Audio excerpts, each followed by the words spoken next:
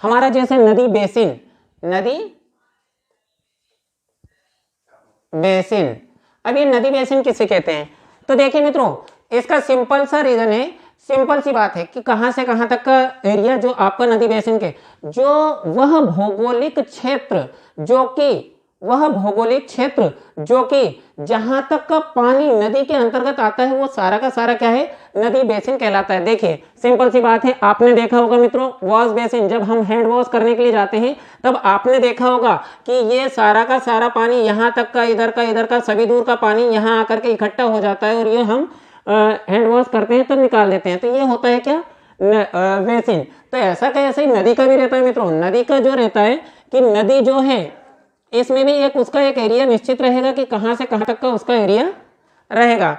अब देखिए मित्रों, इसमें नदी बेसिन है तो जैसे हम देखते हैं कि यहाँ पे कहीं पे कोई बारिश हो रही है, इधर बारिश हुई, यहाँ बारिश हुई, यहाँ बारिश हुई, कहीं पे भी बारिश हुई और सारा का सारा पानी कहाँ से? यहाँ से बह करके निकल गया। तो ये क्या कहलाया? इसका नदी बेसिन। क्या कहलाया मित्रों? नदी बेसिन। अब देखिए ये तो हो गया नदी बेसिन। देखिए मित्रों ये हो गया हमारा नदी बेसिन, लेकिन अब हम अगला देखते हैं। एक परिभाषा हो गई हमारी नदी बेसिन की। दूसरी परिभाषा हम देखते हैं यहाँ पे कैचमेंट एरिया। कैचमेंट एरिया किसे कहते हैं? तो देखिए मित्रों, कैचमेंट एरिया वह एरिया होता है जहां तक का पानी नदी बेसिन के अंतर्गत आ जाता है। जैसे ये वाला जो एरिया है, यहाँ पे हम देखते हैं कि पानी इधर से आ रहा है, इधर से आ रहा है, ये सारा का सारा क्या रहेगा? कैचमेंट एरिया के अंतर्गत आएगा। ये पूरा का पूरा कैचमेंट एरिया कहलाता है। नदी बेसिन समझ में आया? अब ये नदी बेसिन जैसा ही कैचमेंट एरिया है। लेकिन मित्रों एक चीज और आता है हमारा नदी अपवाह तंत्र। नदी अपवाह तंत्र जैसा कि हमने देखा नदी बेसिन में क्या था? एक अगर कोई नदी है तो उसमें जितना पानी आ जाएगा ये रहेगा आपका नदी बेसिन। लेकिन इस नदी की भी कोई सहायक नदी होगी, कोई सहायक नदी है। अब ये जो सहायक नदी है, इस सहायक नदी में भी कहीं ना कहीं से पानी, इनका भी कोई बेसिन रहा होगा। तो इन सहायक नदियों का बेसिन और इस नदी का भी बेसिन, सब बेसिन मिलाकर के कंप्लीट हो जाता है क्या? हमारा ये हो जाता है नदी अपवाह तंत्र। क्या हो जाता है? नदी अपवाह तंत्र। आया समझ में? अब इसके बाद में अगला देखते हैं मित्रों, अगला देखते हैं हम कमांड एरिया। क्या देखते हैं? Command area. Command area. अब ये कमांड एरिया किसे कहते हैं? तो देखिए मित्रों, जब कभी अगर कोई नदी है, उस नदी के ऊपर कोई डैम बना दिया जाए, नदी के ऊपर कोई डैम जैसी कोई संरचना स्थापित कर दी, अब उससे जो जल भराव हुआ है, अब ये जल भराव से कहां तक की सिंचाई व्यवस्था की जाती है, जहां तक की सिंचाई होती है, ये उसके कमांड एरिया के अंतर्गत आता है। ठीक है मित्रों, अब देखिए ये जो कमांड एरिया होता है, अब हमने यहाँ पे देखा था एक कैचमेंट एरिया। तो कैचमेंट एरिया कुछ इस टाइप से था कि अंदर की तरफ में पानी आ रहा था। अब हम देखते हैं कमांड एरिया। तो कमांड एरिया कुछ इस टाइप से है कि कहाँ तक का पानी इसमें जाता है। जैसे कोई डैम भर दिया, डैम में पानी रुकने के कारण क्या है कि कहाँ तक पानी जा रहा है, कहाँ तक सिंचाई हो रही है, ये हमारा कमांड एरिया के अंतर्गत आता है। आई बात समझ में मित्रों? अब देखिए यहाँ पे हमने देख लिया कैचमेंट एरिया देख लिया और कमांड एरिया देख लिया, इसके बाद में अपवाह तंत्र देख लिया, नदी बेसिन देख लिया। अब हम अगला देखने वाले हैं यहाँ पर नदी का उद्गम। अब नदी का उद्गम होता है तो ये कैसे होता है? कहीं से। तो देखिए मित्रों, नदी का उद्गम दो प्रकार से होता है। एक तो होता है कि जैसे हिमानी के द्वारा, कहीं पे कोई हिमानी है, कोई बर्फ है, अब वहां पे कोई बर्फ जमा हुआ है, अब जमे हुए बर्फ के पिघलने के कारण ये जो ग्लेशियर होते हैं, जैसे हम अभी सिंधु नदी पढ़ेंगे कि सिंधु नदी कहाँ से उत्पन्न हुई है, ब्रह्मपुत्र नदी या फिर आपका सतलुज नदी या गंगा नदी, ये जो कुछ भी आपकी नदियाँ हो रही है, ये कहाँ से कैसा क्या हो रहा है, ये सारी की सारी नदियों के हम ग्लेशियर के बारे में पढ़ने वाले हैं। अब देखिए मित्रों, ये जो है एक तो ग्लेशियर के कारण होता है, अब एक होता है अपना सेकंड होता है हमारा काय के कारण, तो सेकंड होता है हमारा वर्षा जल के कारण। अब वर्षा जल के कारण कैसे होगा? तो वर्षा जल के कारण होता है मित्रों, जैसे हम जानते हैं कि जब कभी वर्षा होती है तो जो वर्षा का जल होता है वो जमीन के अंदर चला जाता है। जब जमीन के अंदर चला जाता है तो मित्रों होता क्या है कि ये जो वर्षा जल होता है ना, वर्षा जल होता है ना मित्रों, अब ये वर्षा जल जब जमीन के अंदर जा रहा है तो ये क्या है, अंदर की तरफ ही फ्लो करता रहता है, कहीं ना कहीं जाता है। अब ये कहीं ना कहीं नीचे की तरफ में जा रहा होता है, लेकिन कठोर संरचना अगर इसे मिल गई तो ये अपनी दिशा बदल लेगा, और जब ये अपनी दिशा बदल लेगा तो कहीं ना कहीं से तो निकलेगा। जहां हल्की संरचना मिलेगी, कमजोर चट्टानी मिलेगी, वहीं से ये बाहर की तरफ में आ जाएगा। और जब ये बाहर की तरफ में आ जाएगा तो मित्रों उसी को हम कहते हैं कि भैया नर्मदा मैया निकली आई है, जय हो माई की, चिंता है काहे की। ये सारी की सारी बातें हम इधर देखते हैं कि जहां कहीं भी कोई सी भी नदी उद्गमित होती है तो वो कैसे नदी का उद्गम होता है, पर्वतों से। ठीक है मित्रों, तो यह होता है वर्षा जल के कारण, और एक हो गया हमारा हिमानी के कारण। अगर हम भारत में नदियों को देखें, अगर हम भारत में नदियों को देखें तो भारत में प्राय 2 प्रकार की नदियां हैं। कितने प्रकार की? 2 प्रकार की। एक तो हिमालयन नदियां और एक प्रायद्वीपीय भारत की नदियां। जो हिमालयन नदियां हैं वो सदाबहार नदियां हैं। वो कैसी नदियां हैं मित्रों? सदाबहार नदियां हैं। वो सदावाहिनी है, सदा नीरा भी कहते हैं, सदावाहिनी भी कहते हैं, सदाबहार नदी भी कहते हैं। ठीक है मित्रों, अब ये सदा नीरा जो नदियां हैं ये हिमानियों के ऊपर आधारित है। किसके ऊपर आधारित है? हिमानियों के। लेकिन जो हमारे प्रायद्वीपीय भारत की जो नदियां हैं मित्रों वो हमारी वर्षा आधारित नदियां हैं। कैसी है? वर्षा आधारित। ठीक है, अब ये जो नदियां हैं ये वर्षा आधारित नदियां हैं। ये गर्मी के टाइम में बेचारी सूख जाती है और दुबली पतली सी हो जाती है, इनकी हड्डियां निकल आती है।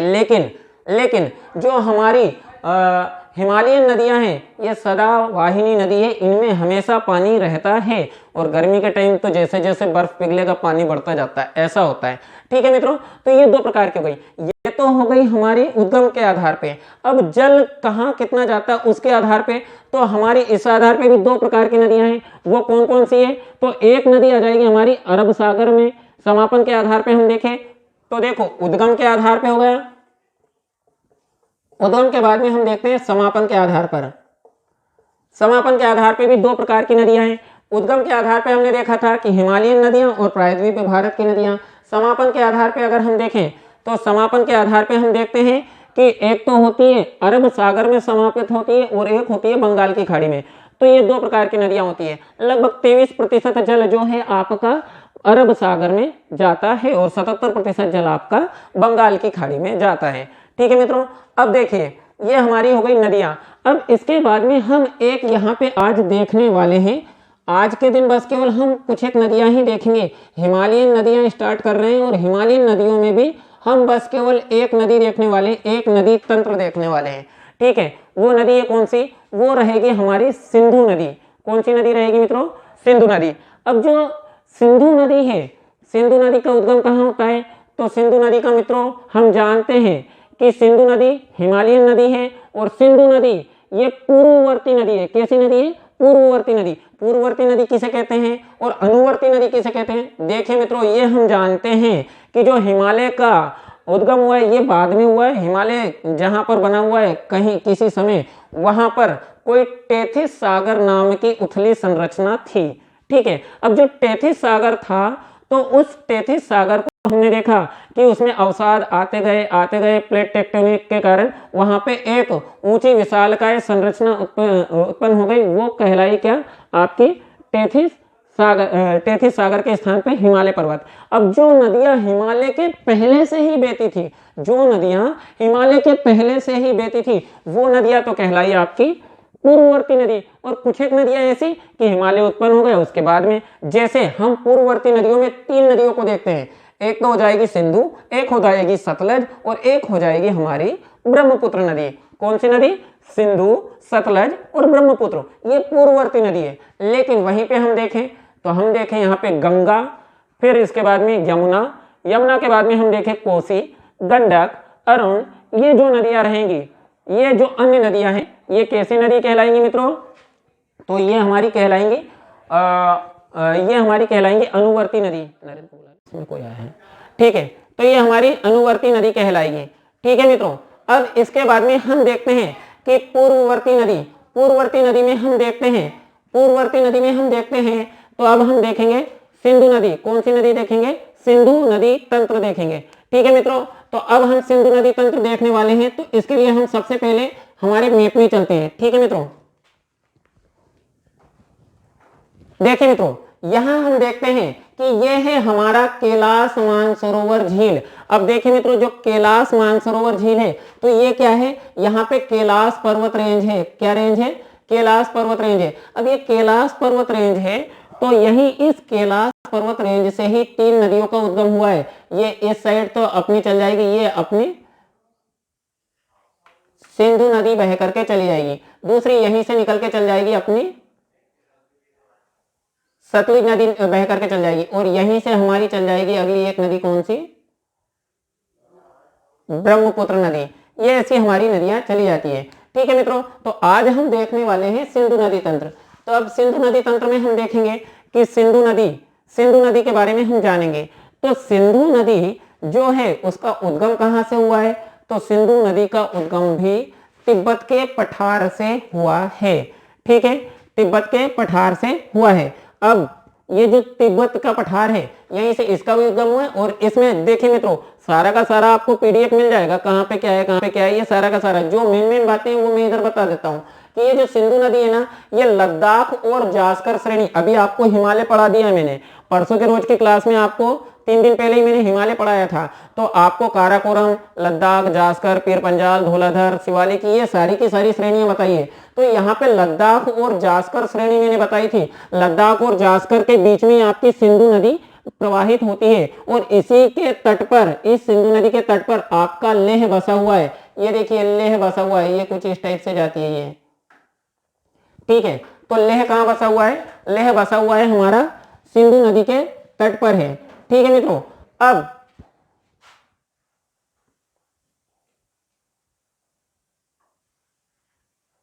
अब देखिए मित्रों कि ये बसा हुआ है। अब इस पे अगर हम देखें तो इसने क्या करा है, इसने एक यहाँ पर लद्दाख श्रेणी को काट करके, जब ये मुजफ्फराबाद के निकट, इसने भारत का सबसे बड़ा गार्ज बनाया है। क्या बनाया है? गार्ज बनाया है। कौन सा गार्ज बनाया है? तो ये इसने बनाया है बुंजी गार्ज। बुंजी नामक स्थान के ऊपर इसने एक गार्ज का निर्माण किया है। अब गार्ज किसे कहते हैं?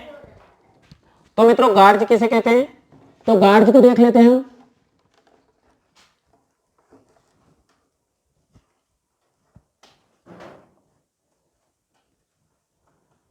गार्ज को देख लेते हैं, गार्ज किसे कहते हैं? तो गार्ज कुछ ऐसी संरचना होती है मित्रों। अब ये देखिए,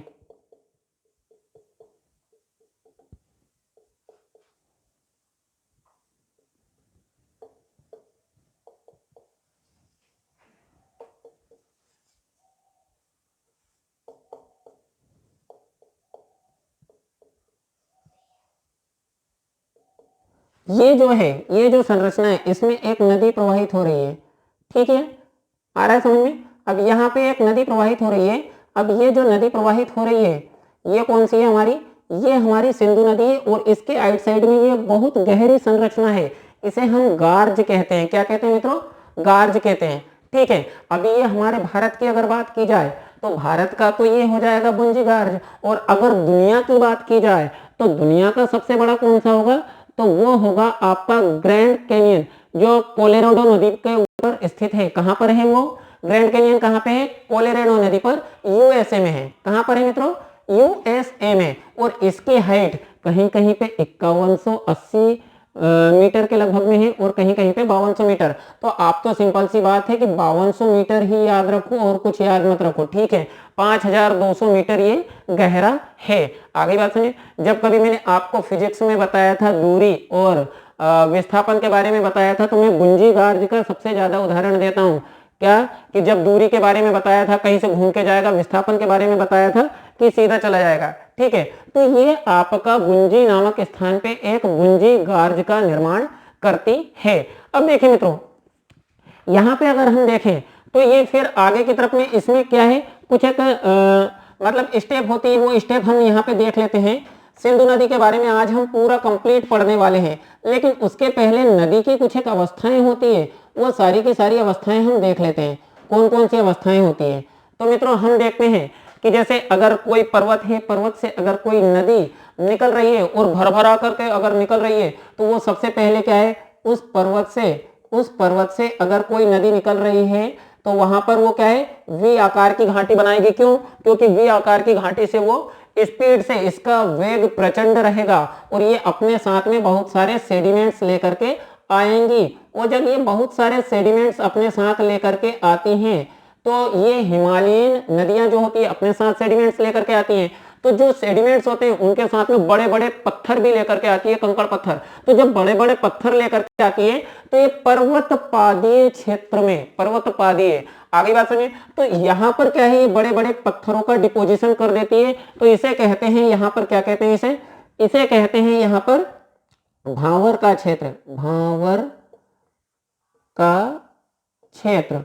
ठीक है, अब देखिए मित्रों, यहाँ पर भांवर का जो क्षेत्र है, यहाँ पर जब बड़े बड़े पत्थर आ जाते हैं तो यहाँ पे नदी हमें दिखना बंद हो जाती है और नदी इन पत्थरों के नीचे से बहने लगती है। ये हमारे जो उत्तर गंगा का मैदान है, मैंने वहां पे पढ़ाया है कि वहां पे भांवर का क्षेत्र है। फिर इसके आगे की तरफ में, ये कुछ किलोमीटर आगे की तरफ में ये वापस पुनः दिखने लगती है और यहाँ पे दलदली क्षेत्र बन जाता है। तो ये जो कहलाता है, ये कहलाता है तराई का क्षेत्र, तराई का क्षेत्र। ठीक है मित्रों, तराई का क्षेत्र कहलाता है। अब ये तराई का क्षेत्र कहलाता है तो ये भी आपका अनुपजाऊ है, क्योंकि इसमें पत्थरों में किसी प्रकार की कोई कृषि की जाएगी क्या? यहाँ पे नहीं की जाएगी। और यहाँ पे दलदली क्षेत्र है तो यहाँ पे भी अगर देखा जाए तो अनुपजाऊ है। लेकिन इसे आजकल क्या है कि विकसित किया जा रहा है। यहाँ पे मिट्टी उठा उठा के और फार्म हाउस वगैरह, फार्मलैंड बनाए जा रहे हैं, ताकि क्या है कि यहाँ पे भी खेती योग्य बनाया जा रहा है। ये दलदली क्षेत्र है और दलदली क्षेत्र है तो यहाँ पे मच्छरों का प्रकोप ज्यादा रहेगा मित्रों। आगे बात सुनिए। अब चलिए ठीक है, तो ये तराई का क्षेत्र हो जाएगा। तराई के क्षेत्र के बाद में हम देखते हैं कि यहाँ पे आगे की तरफ में जब ये मैदानी क्षेत्र में जाती है तो यहाँ पर तो ये युवावस्था में थी। कौन सी अवस्था में थी? युवावस्था में थी। ठीक है, तो ये आपका युवावस्था का कहलाएगा। लेकिन यहाँ से मैदानी भागों में जब नदी प्रवेश कर जाती है तो ये क्या करती है, कुछ इठला के, कुछ बल खा के, हिरनी जैसी, नागिन जैसी चलती है। ठीक है, अब ये जब कुछ इठला के, कुछ बल खा के, नागिन जैसी चलती है तो यहाँ पर ये क्या करेगी, यहाँ पर ये विसर्प का निर्माण करेगी। काय का निर्माण करेगी? विसर्प का। अब ये विसर्प हो गए सारे के सारे। अब जब कभी अगर तेज प्रचंड बाढ़ आ जाए तो ये यहाँ से सीधी हो जाएगी। जब ये सीधी हो जाएगी तो यहाँ पे जो पानी भरा रह जाएगा, यहाँ पर कुछ पानी भरा रह गया, तो ये जब पानी भरा रह गया तो ये क्या कहलाएगा आपका? गोखुर झील। क्या कहलाएगा? ये गोखुर झील, ये गोखुर झील। ठीक है, अब ये जो विसर्प है ना, इन्हीं को मिएंडर भी कहते हैं। क्लियर है? आया समझ में? अब ये देखिए मित्रों, यहां से मैदानी क्षेत्र में चली जाती है। अब यहाँ पर ये कौन सी अवस्था होती है? तो ये होती है इनकी नदी की प्रौढ़ावस्था। कौन सी अवस्था होती है? प्रौढ़ावस्था। ठीक है, प्रौढ़ावस्था होती है। अब इसके बाद में फिर ये कहाँ पे पहुंचती है? तो लास्ट स्टेज इसकी होती है समुद्र में समापन की ओर। तो समापन में जाती है, या तो एस्चुरी बनाएगी या फिर बनाएगी ये आपका डेल्टा। तो अब देखो मित्रों, डेल्टा या एस्चुरी, अब मैंने आपको बताया था कि डेल्टा किसे कहते हैं, एस्चुरी किसे कहते हैं। तो देखिए, जब नदी अगर जा रही है और समुद्र, अगर समुद्र, नदी, पहली बात तो नदी बहती क्यों है ये समझ लो। नदी इसलिए बहती है क्योंकि वो अपने आधार तल को या समुद्र तल को प्राप्त करना चाहती है। जब वो प्राप्त कर लेगी तब वो बहना बंद हो जाएगी। तो ये जब यहाँ जा रही है, अगर ये स्थल है और ये समुद्र है, तो ये यहाँ पर अगर जाएगी तो ये जब जाती है नदी तो यहाँ पर गड्ढा करती है, यानी कि अगर कूद रही है नदी, अगर समुद्र में कूद रही है, कूद करके अगर सुसाइड कर रही है, तो समझ लेना बेटा इसने क्या बनाया है? ज्वरनादमुख। ठीक है, ज्वरनादमुख बनाया है, यानी कि एस्चुरी बनाया है। क्या बनाया है? एस्चुरी। ठीक है, एस्चुरी बनाया है। लेकिन अगर वही नदी ऐसा ना जाते हुए, ऐसा ना कूदते हुए, आत्महत्या ना करते हुए, अगर ये बराबर एरिया में, अगर ऐसे ये समुद्र है और ये यहाँ पर नदी बह करके ये आई है और ये इसमें ही अगर मिल गई, तो ये यहाँ पे जब जा रही है तो ये क्या करेगी? डेल्टा का निर्माण करेगी। अब डेल्टा का निर्माण कैसे करती है? तो जब ये, अगर मान लीजिए मित्रों, अगर मान लीजिए ये नदी बह करके आई है और यहाँ पर ये समुद्र है, तो ये यहाँ पर आकर के कई धाराओं में विभाजित हो गई। ये यहाँ पर आकर के कई धाराओं में विभाजित हो गई। ये देखिए, अब ये जब यहाँ से कई धाराओं में विभाजित हो रही है तो यहाँ से क्या है कि ये क्या बनाया इसने, डेल्टा बना दिया। क्या बना दिया, डेल्टा बना दिया। अब ये डेल्टा जब बना दिया तो यहाँ पे क्या है, यहाँ पे मैदान बन गए, एक मैदान, दो मैदान, तीन। ठीक है मित्रों, तो ये जो मैदान बने हैं इन्हीं को कहते हैं संप्राय भूमि। इन्हीं को क्या कहते हैं, संप्राय भूमि या फिर पेनी प्लेन। क्या कहते हैं इन्हें, संप्राय भूमि या पेनी प्लेन। आई बात समझ में। अब देखिए मित्रों इसमें क्या होता है, यहाँ पर कुछ एक ऊंची संरचना भी बन जाती है। यहाँ पे अगर ऐसी कोई संरचना है तो इन्हें क्या कहते हैं, अगर ये टीलेनुमा संरचना बनी हुई है तो इन्हें कहते हैं मेनाडनाक। मेनाडनाक इन्हें कहेंगे मेनाडनाक। और ये मैदान रहेगा तो इसे क्या कहेंगे, संप्राय भूमि। संप्राय भूमि। ठीक है मित्रों, इसे इंग्लिश में कहेंगे पेनी प्लेन। क्या कहेंगे, पेनी प्लेन। ये आ गया अपना पूरा कंप्लीट। अब देखिए इसके बाद में हम चलते हैं अपना सिंधु नदी तंत्र के ऊपर ही। ठीक है, ये हमारी पूरी नदी हो गई। अब नदी की अवस्थाएं हमने देख ली, कौन सी अवस्था। अब हम देखते हैं यहाँ पर सिंधु नदी। तो सिंधु नदी के बारे में हम जानते हैं, सिंधु नदी के बारे में जानते हैं। ये सिंधु नदी, इसकी टोटल लेंथ कितनी, इसका एक तो उद्गम स्थल देख लेना। सिंपल सी बात है कि नदियों को पढ़ने का सिंपल सा तरीका है, एक तो हो जाता है आपका उद्गम, समापन, अगर कोई सहायक नदी हो तो सहायक नदी, फिर इसके बाद में अगर कोई इसकी लंबाई और अगर कुछ विशेष हो तो विशेष। बस 1 2 3 4 5 पॉइंट होते हैं। इन 5 पॉइंट पे ये सारी की सारी नदियां अपनी समाप्त हो जाती है। तो उद्गम हो जाता है अपना तिब्बत के पठार से। अब इसका समापन होता है तो समापन होता है पाकिस्तान के सिंध प्रांत में, कराची। ठीक है, कराची के सिंध प्रांत है। सिंध जैसा अपना मध्य प्रदेश एक प्रांत हो गया, ये अपना गुजरात एक प्रांत हो गया। तो यहाँ से नर्मदा निकल के गई और ये भारत के गुजरात प्रांत में चली गई तो ये गुजरात हो गया। तो ऐसा का ऐसा ही वहाँ पाकिस्तान का सिंध प्रांत है और सिंध प्रांत का एक सिटी है, कौन सा, आपका कराची। कराची में जाकर के ये समापन हो गया। अब इसकी लेंथ कितनी है, तो इसकी लेंथ है मित्रों 2880 मीटर। इसकी लंबाई कितनी है, तो इसकी लंबाई है 2880 मीटर। अब इसमें लंबाई में एक चीज और कि ये भारत में कितनी बहती है, तो भारत में बहती है ये 1114 किलोमीटर। 2880 किलोमीटर है मित्रों ये। अब ये 1114 किलोमीटर। अब देखिए मित्रों 1114 किलोमीटर तो ये यहाँ से लेकर यहाँ तक बहती है, लेकिन ये पूरा का पूरा जो है ये अपना नहीं है, क्योंकि यहाँ पे बहुत सारा एरिया ऐसा है कि जो यहाँ पे कुछ एक चाइना के पास है, कुछ एक पाकिस्तान के पास है, पीओके में भी है। तो अब देखिए नहीं, तो अगर ये कुछ ऐसा एरिया है, ऐसे एरिया में बहती है तो ये कितनी बहती है अपने पास में, तो 709 किलोमीटर के लगभग में ये अपने पास बहती है और टोटल 1114 किलोमीटर के लगभग में ये इसकी टोटल लंबाई है। फिर इसके बाद में अगली नदी देखते हैं, हम इसकी अगली नदी कौन सी है। तो मित्रों देखिए अगली नदी आ जाती है अपनी सतलुज नदी।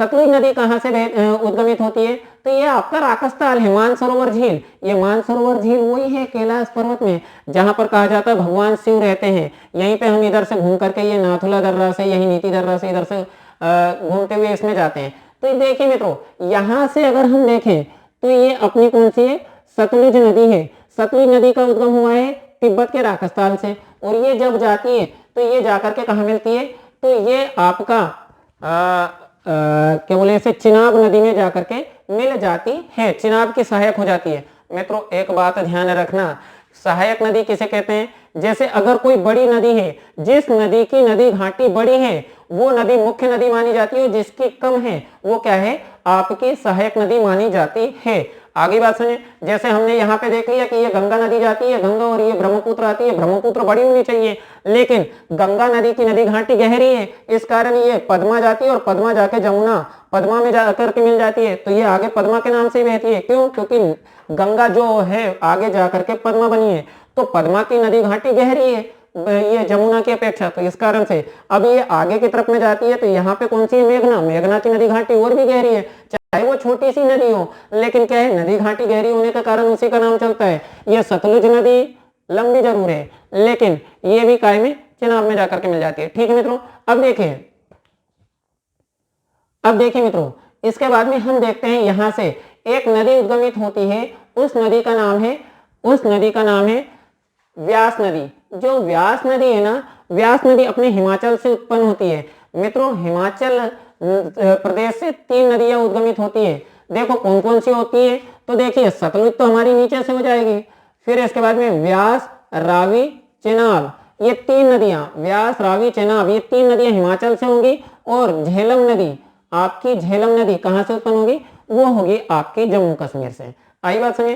तो यहाँ पे हम देखते हैं कि ये जो है आपकी व्यास नदी का उद्गम कहाँ से हुआ है, तो व्यास नदी का हुआ है उद्गम हिमाचल प्रदेश से। ठीक है, अब यहीं पर इस पे एक परियोजना है, पोंग बांध परियोजना। कौन सी परियोजना है, पोंग बांध परियोजना। और ये पोंग बांध परियोजना है, और यहाँ पे आता है अपना कौन सा, यहाँ पे आ जाता है हरिके बैराज। यहाँ पे अपना हरिके बैराज आ जाता है, और इस हरिके बैराज से ही, यहाँ हरिके बैराज से ही एक नहर निकाली गई है जिसका नाम है इंदिरा गांधी नहर, जो कि अपनी एशिया की सबसे बड़ी नहर है। आ गई बात समझ में मित्रों, ये अपनी एशिया की सबसे बड़ी नहर है। और इसी नहर के कारण और इन्हीं बांधों के कारण भारत में सबसे पहले हरित क्रांति आई थी, तो इसी एरिया में आई थी। ये आपका उत्तरी राजस्थान, पंजाब के बाद में आपका पश्चिमी यूपी और हरियाणा, इस वाले क्षेत्र में ही अपनी हरित क्रांति सबसे पहले देखने को मिली। इसी कारण यहाँ के किसान संपन्न हैं, और हमारे यहाँ के थोड़े बेचारे संपन्न तो हैं लेकिन कम संपन्न हैं। ठीक है, आया समझ में। अब देखिए मित्रों, यहाँ पर अगर हम देखें तो ये जो है आपकी सतलुज नदी बना देता हूँ फिर से मैं, ये सतलुज नदी। अब ये जो सतलुज नदी है ना, सतलुज में अगर हम यहाँ से देखें तो यहाँ से एक व्यास नदी आकर के इधर मिल जाती है। अब इसी में क्या है कि अगर देखा जाए तो कुछ एक परियोजना भी है, जैसे यहाँ पे हो जाएगा नापता झाकरी परियोजना, यहाँ पे आ जाएगा, फिर यहाँ पे आ जाएगा अपना नंगल, और फिर इधर आ जाएगा भाखड़ा, इधर आ जाएगा नंगल, और यहाँ पे आ जाएगा अपना हरिके बैराज। ये परियोजना है। ठीक है, और इनका मैं PDF आपको पहुंचा दूंगा। ठीक है, आपको विथ मैपिंग पूरा का पूरा मैं पहुंचा दूंगा, घबराइएगा बिल्कुल नहीं। ठीक है, तो ये व्यास है। और व्यास की एक और क्वालिटी क्या है, व्यास की एक और क्वालिटी ये है कि ये भारत में शुरू होती है और भारत में खत्म। तेरे नाम से शुरू, तेरे नाम पे खत्म। आ गई बात समझ में। अब इसके बाद में हम अगली देखते हैं, सतलज, व्यास हो गई, रावी नदी देखते हैं। तो रावी नदी भी हमारे यहीं से अपने क्या बोलते हैं इसे, भागा, किधर गया, हाँ। अब देखिए मित्रों, ये भी अपनी यहीं से अपना रावी नदी, ठीक है, रावी नदी भी अपनी यहीं से उत्पन्न होती है, हिमाचल प्रदेश से। और हिमाचल प्रदेश से यही उत्पन्न होती है, और ये भी जाकर के कहाँ मिल जाती है, तो ये जाकर के मिल जाती है अपनी चेनाब नदी में। कहाँ जाकर के मिल जाती है, चेनाब नदी में। ठीक है, फिर इसके बाद में हम देखते हैं अपनी अगली नदी, ये अब यहीं से अगली नदी हम देखते हैं, ये आ गई अपनी चेनाब। जो सिंधु की सबसे बड़ी सहायक नदी कौन सी है, चेनाब है। फिर इसके बाद में अगली हम देखते हैं यहाँ पे झेलम। तो झेलम नदी अगर हमारी शेषनाग झील के पास से, वेरीनाग, ये जो अपना जम्मू कश्मीर से, ये यहीं से निकलती है, और ये यहीं से निकलती है, लेकिन ये क्या है, कुछ एक किलोमीटर के लगभग में अपना भारत पाकिस्तान का बॉर्डर भी बनाती हुई जाती है। ठीक है मित्रों, तो ये भारत पाकिस्तान के बॉर्डर पे बनाती हुई जाती है। अब देखिए इनके बीच में दो आप बनते हैं। दो आप किसे कहते हैं, दो आप कहते हैं हमारे जल को, कि जो जल वाला जो एरिया रहता है, जैसे यहाँ पे हम देखते हैं गंगा और यमुना, गंगा यमुना के बीच वाला जो एरिया रहेगा वो दो आब कहलाएगा। क्या कहलाएगा, गंगा यमुना का दो आब। अब यहीं पे हम देखते हैं तो कितने दो आब बनते हैं, तो यहीं पे हम देखते हैं तो यहाँ पर अपने टोटल बनते हैं कितने दो आब, तो यहाँ पे अपने 4-5 दो आब बनते हैं। अब देखते हैं कौन कौन सा दो आब कौन कौन सा कहलाएगा। तो ये वाला जो दो आब है, ये वाला जो दो आब है सतलज और व्यास के बीच वाला, तो ये कहलाएगा अपना वारी दो आब। कौन सा दो आब कहलाएगा, वारी। सतलज और व्यास, वारी नहीं, व्यस्त दो आब कहलाएगा, सॉरी व्यस्त, यहाँ पे कहलाएगा व्यस्त। व्यस्त के बाद में आ जाएगा वारी के बाद में आ जाएगा रेचना के बाद में आ जाएगा चाज के बाद में अपना आ जाएगा यहाँ पे अपना सिंधु दोआब। कौन सा दोआब कहलाएगा, सिंधु दोआब। तो ये 5 दोआब हैं। तो इन 5 आब के कारण ही यहाँ पे एक राज्य है हमारा, जो आधा पाकिस्तान में चला गया उसका नाम, और हमारे इस राज्य का नाम पंजाब पड़ा है इन 5 आब के कारण। वेस्ट, वारी, रेचना, चाज और सिंध, इन 2 आब के कारण ही हमारे इन राज्यों का नाम क्या पड़ गया है, पंजाब। आगे बात सुनिए, और ये जो नदियां हैं ये आगे जो आपकी सतलज नदी है और ये आपकी चेनाब नदी, ये आगे जब जाती है तो यहाँ पे आपका क्या है, यहाँ पे पंचनद बन जाती है। क्या बन जाती है, पंचनद। और पंचनद आगे जाकर के जो मिठान कोट पाकिस्तान में एक स्थान है वहां पर जाकर के ये मिल जाती है। ठीक है मित्रों, अब यहाँ पे ये हो गया अपना, ये हो गया हमारा नदियां। अब नदियां हो गई, इसके बाद में हम इनकी जो परियोजनाएं हैं, इन पे स्थित जो जो परियोजनाएं हैं, इन परियोजनाओं को हम बाद में देख लेंगे। आज के लिए इतना ही, क्योंकि अभी यहाँ पे अगर देखा जाए तो बहुत कुछ अभी पढ़ना भी है, हमें वापस इनका रिवीजन भी करना है। ठीक है मित्रों।